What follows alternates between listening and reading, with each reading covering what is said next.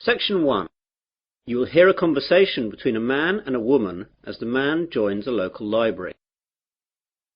First, you have some time to look at questions 1 to 5.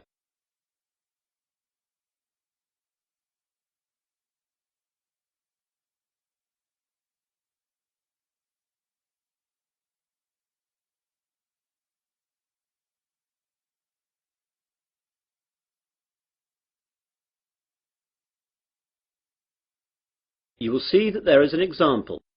This time only, the conversation relating to this will be played first.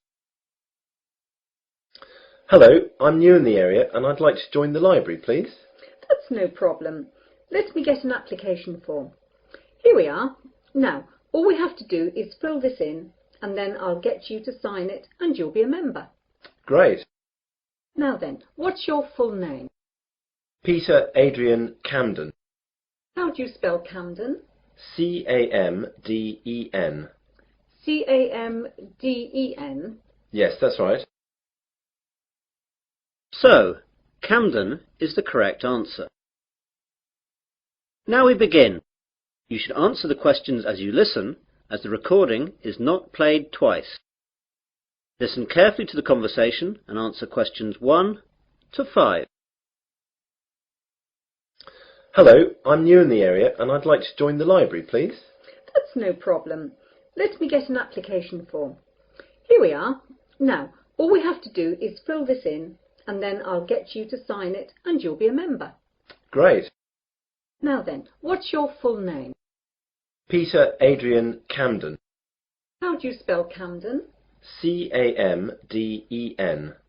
C-A-M-D-E-N? Yes, that's right. Right.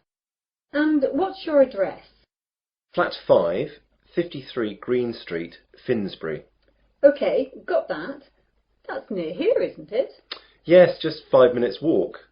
What's the postcode? 7424. 7434. Got that now. Now, can you tell me your date of birth? 8th of July 1976. And what's your telephone number? Well, I don't have a home number, but I've got a mobile. That'll do fine. It's 06634 982 746. Did you get that? Some of it. Can you say it again? The code's 06634 and the number's then 982 746. Right. That's almost it. Now, I need some kind of identification to prove where you live. Do you have a driving licence or a passport or anything like that? I'm afraid that everything I have has got my old address on it. Do you need it now? No, not now, but you won't be able to take anything out until we see that. Wait a minute. I've got a letter addressed to me here that arrived this morning. Will that do? Oh yes, that's a good idea. That will be fine. Let's look. OK, well that's finished. Before the conversation continues, you have some time to look at questions 6 to 10.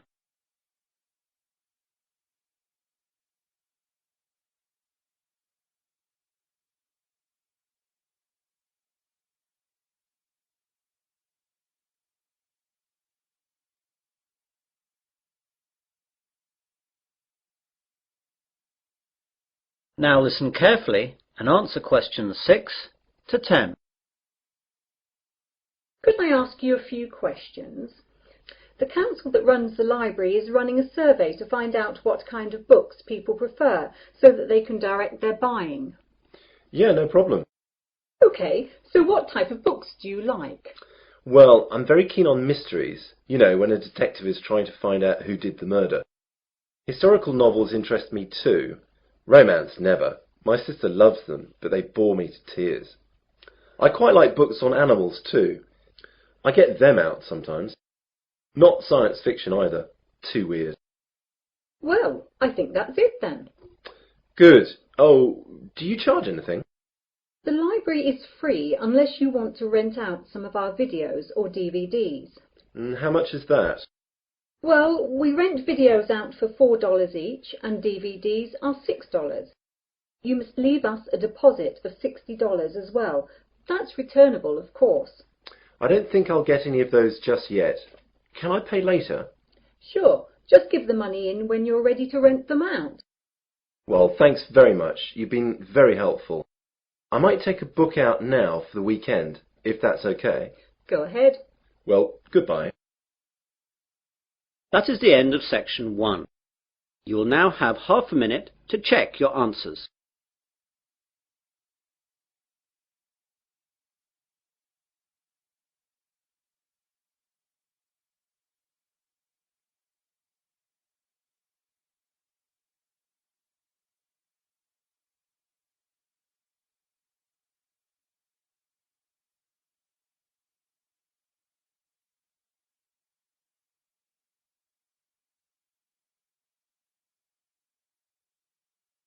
Now turn to section 2.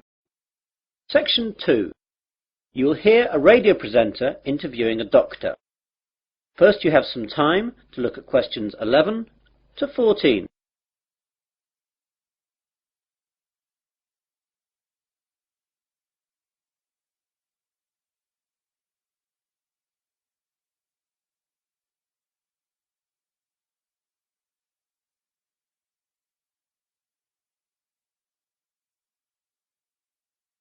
Now listen carefully to the interview and answer questions 11 to 14. Hello everyone. I've just been joined in the studio by Dr. Matthew Johnson.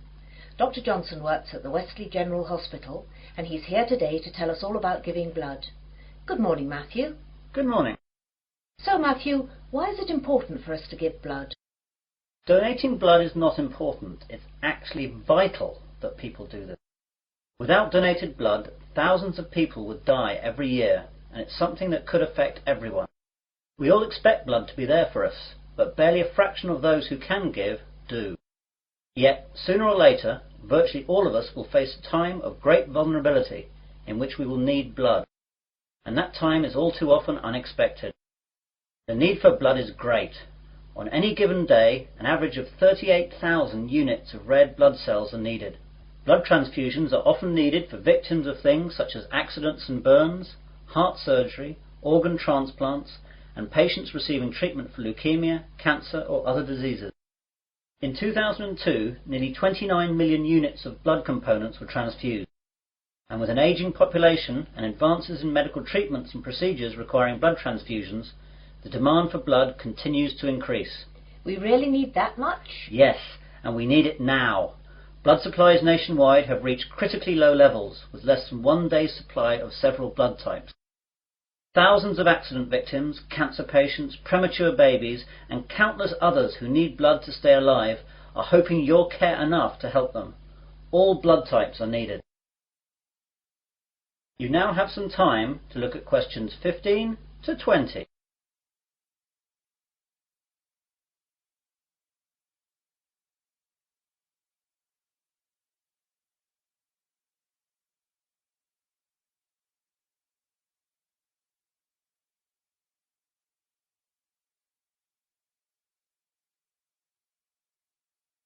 Now listen to the rest of the conversation and answer questions 15 to 20.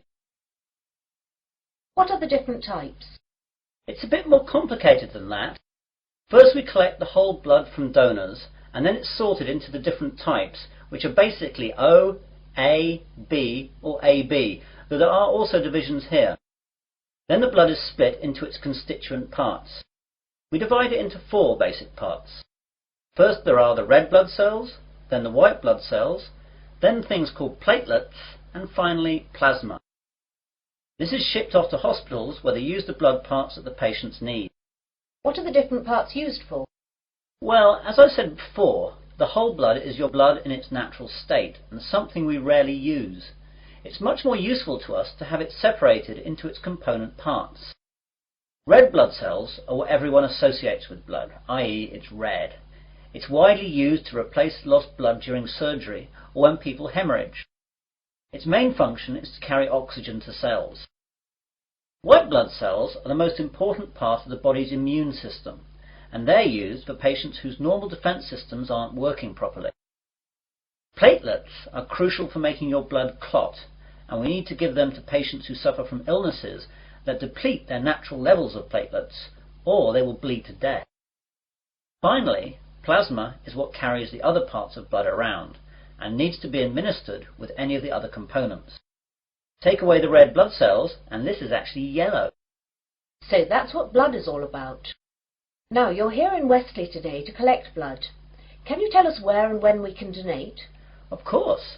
We're set up here today, that's Wednesday, and for the next 2 days at Wesley General Hospital at the outpatients department.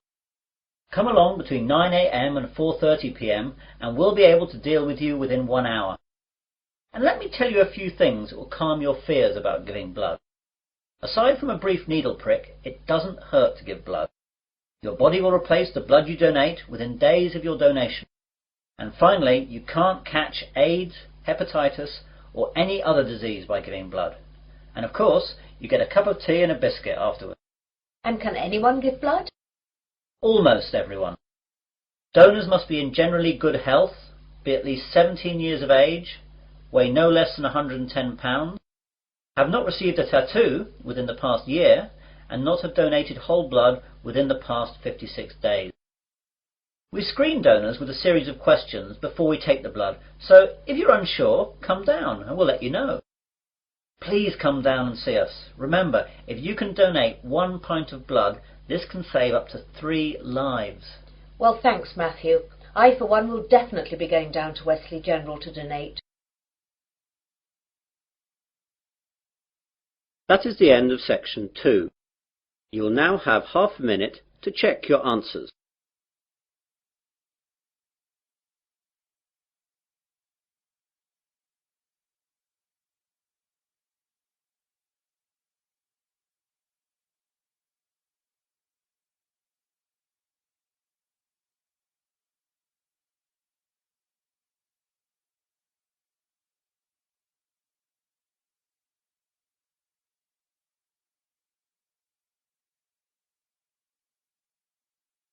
Now turn to section 3.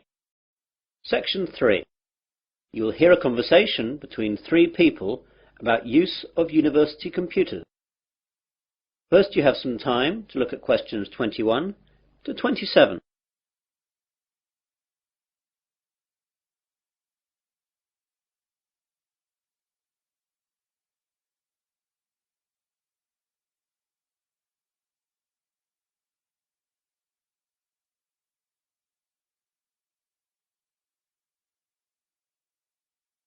Now listen carefully and answer questions 21 to 27. Hello there. Do you work in the computer room? Yes, I do. Can I help you? Well, I'm a first year and I know that I'll need to use the computer room for my work, as I don't have a computer of my own. So I thought I'd get down here and see what I have to do in order to get time on one of the university's computers. Okay, there are 4 computer labs open to undergraduates. The others can only be used by the staff and postgraduates. The names of the 4 labs you can use are Wimborne, Franklin, Salisbury and Court. Wimborne and Court are in this building, the Johnson building. Franklin is in the Computer Sciences building, and Salisbury is in the library. So I can use them whenever I like? Well, you can use them, but not whenever you like. As you can imagine, they're in quite a lot of demand, so you have to reserve your time on a computer. In each of the labs there is a reservation book, and you can reserve your time on a computer in that for 2 hours daily. If a computer is free, though, you can go on it straight away. It's quite straightforward, but be sure to always write your name in the reservation book in pen, or someone can rub it out and put their name in instead. Oh my God, does that really happen? I'm afraid so, and far more often than you would think. When people are stressed about their assignments, they'll do anything to get some time on the computers. Better not try it yourself, though, or you'll be banned from the computers for the rest of the academic year, and your password and username will be taken away. That reminds me, I've got to get a username and password. How do I go about that then? Well, what I'll do is to pass you over to my colleague Jane, as she's in charge of all that. Jane? Yes, Dave? I've got a new student here wanting to find out about usernames and passwords. Can you help him out with that? Yeah, sure. Hi there. Hi. Well, it's a straightforward process. First of all, tell me your name and I'll type it into the system. James Smith. Right, let me do that. You see, all students are automatically given a username and then they just choose a password themselves. OK, so your username is JamesSmith2. That's all small case. That means there must be more than one of you at the university at the moment. Well, what do you want your password to be? I think I'll choose biology, as that's the subject that I'm studying, though my girlfriend Mary will be upset that it's not her name I'm using. Well, that's all done. You can now use any of the 4 undergraduate computer labs. By the way, can I print out stuff at the labs? Yes, you can, but sometimes it's not quick. When you print, it goes into a queue and it'll be left in a tray in Franklin, as that's where all the main printers are. The good bit is that, although last year it cost 3p per page, now it doesn't cost you anything. You now have some time to look at questions 28 to 30.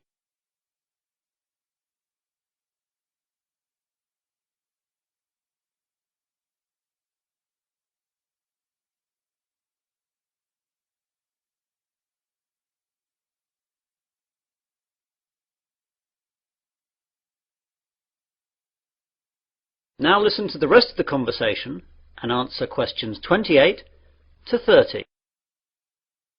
I don't really know much about computing. Is there any training available? Yes, we have introductory courses for all new students. There is beginner, intermediate and advanced. Which would you like to go for? Well, I have done some, but I don't know if I'm up to anything more than beginner. I'd better stick with that. Intermediate could be too tough. Well, your course is in Franklin then. We're in Court now. You know where that is? That's in this building too, isn't it? No, that's Wimborne you're thinking about. Franklin's over in the Computer Sciences building. Anything else? I don't know what time the course starts. Let's have a look then. Advanced starts at 4:30 in the afternoon on Mondays, but yours is the day after at 5 in the afternoon. Are there any other times, as I've got a part-time job then? Yes, you could try Thursday at 2 p.m. How's that? Even worse, as I've a tutorial then. Anything else? No, that's it. I'll have to rearrange work then. I can't miss the tutorial. That is the end of section 3. You will now have half a minute to check your answers.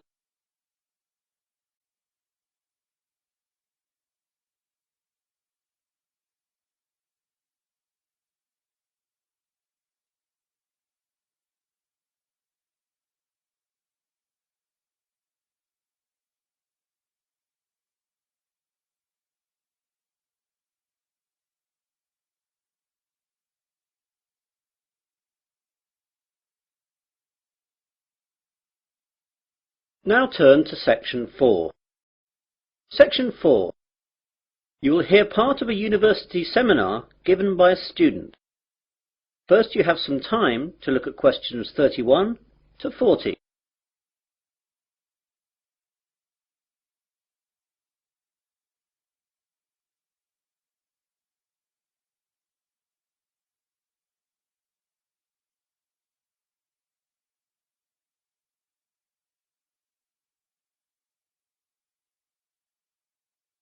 Now listen carefully and answer questions 31 to 40.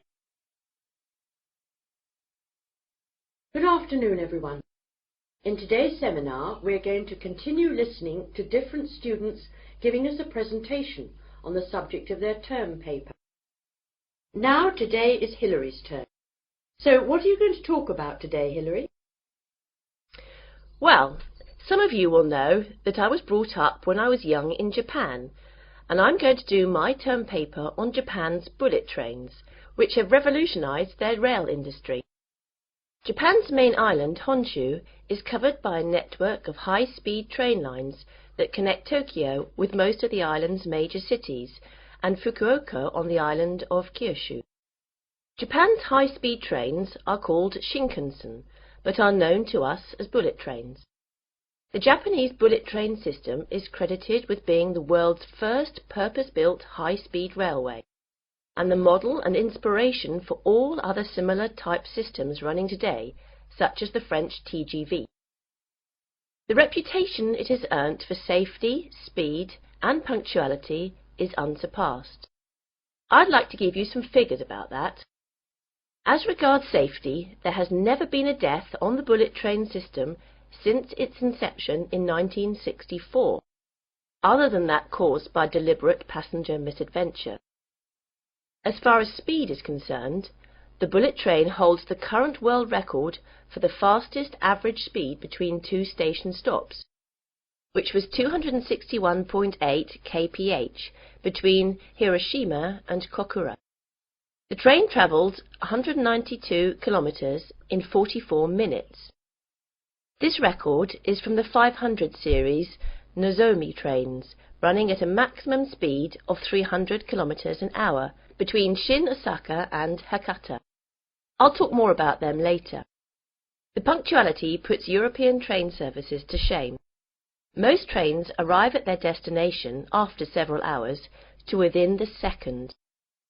In 1 year, the total time that all bullet trains were late by was 12 seconds. This statistic is hard to believe, but it would be difficult to prove otherwise, and that's what the rail authorities in Japan have told us. Now I'd like to tell you a bit about their history. The first bullet train was introduced in 1964 by Central and West Japan Railways for the Tokyo to Osaka route. Most of these old trains have now been discontinued. There have been several bullet train models since then. The most recent ones have been the 300, 500 and 700 series, and it's the 500 series one that can travel at 300 kph. The bullet trains operating in Japan today are of the three following categories: Nozomi, Hikari and Kodama. The Nozomi trains stop only at the most important stations and reach Osaka from Tokyo in only about 2.5 hours, and it's the most modern of bullet trains that serve as Nozomi. Hikari trains stop a little bit more frequently than Nozomi trains and need roughly 3 hours to reach Osaka from Tokyo. Kodama trains stop at all stations, and they are the local trains among bullet trains. Older models of bullet trains serve as Kodama. I'd like now to talk a little bit about the technology involved in bullet trains. The Shinkansen bullet trains consist of electrically powered cars. That means basically all individual cars are equipped with electric motor driving systems. This is in contrast to locomotive trains, in which the locomotive pulls the passenger coaches. The realization of the high-speed Shinkansen with the electric train system had a great significance. The French Train à Grande Vitesse, or TGV, runs on a centralized power system, in which the heavyweight, high-output locomotives at both ends pull the passenger coaches. It's a system suitable to European railways, which run basically on straight tracks in wide plains with solid foundations. However, it is unsuitable in Japan, where the ground is flimsy and the tracks full of curves and undulations, and intercity distances are short, making it necessary for the trains to accelerate and decelerate frequently. One of the advantages of the electric car system is that the motor functions as a brake to reduce the speed of the train. When the power feed to the electric car motors is stopped, the wheels continue revolving, keeping the motors rotating, resulting in electricity generation by magnetic induction. As the force acts in the direction opposite to the axle's motion, it functions as a brake to the train. All the motors equipped on each coach can be utilized effectively to reduce the speed, making the electric train system advantageous on Japanese railways, which involve frequent deceleration and acceleration. In addition, by virtue of the remarkable progress achieved recently in semiconductor technologies, the electric train system has undergone tremendous improvements in power, operability and safety administration, so the system is becoming increasingly advantageous. That is the end of section 4. You'll now have half a minute to check your answers.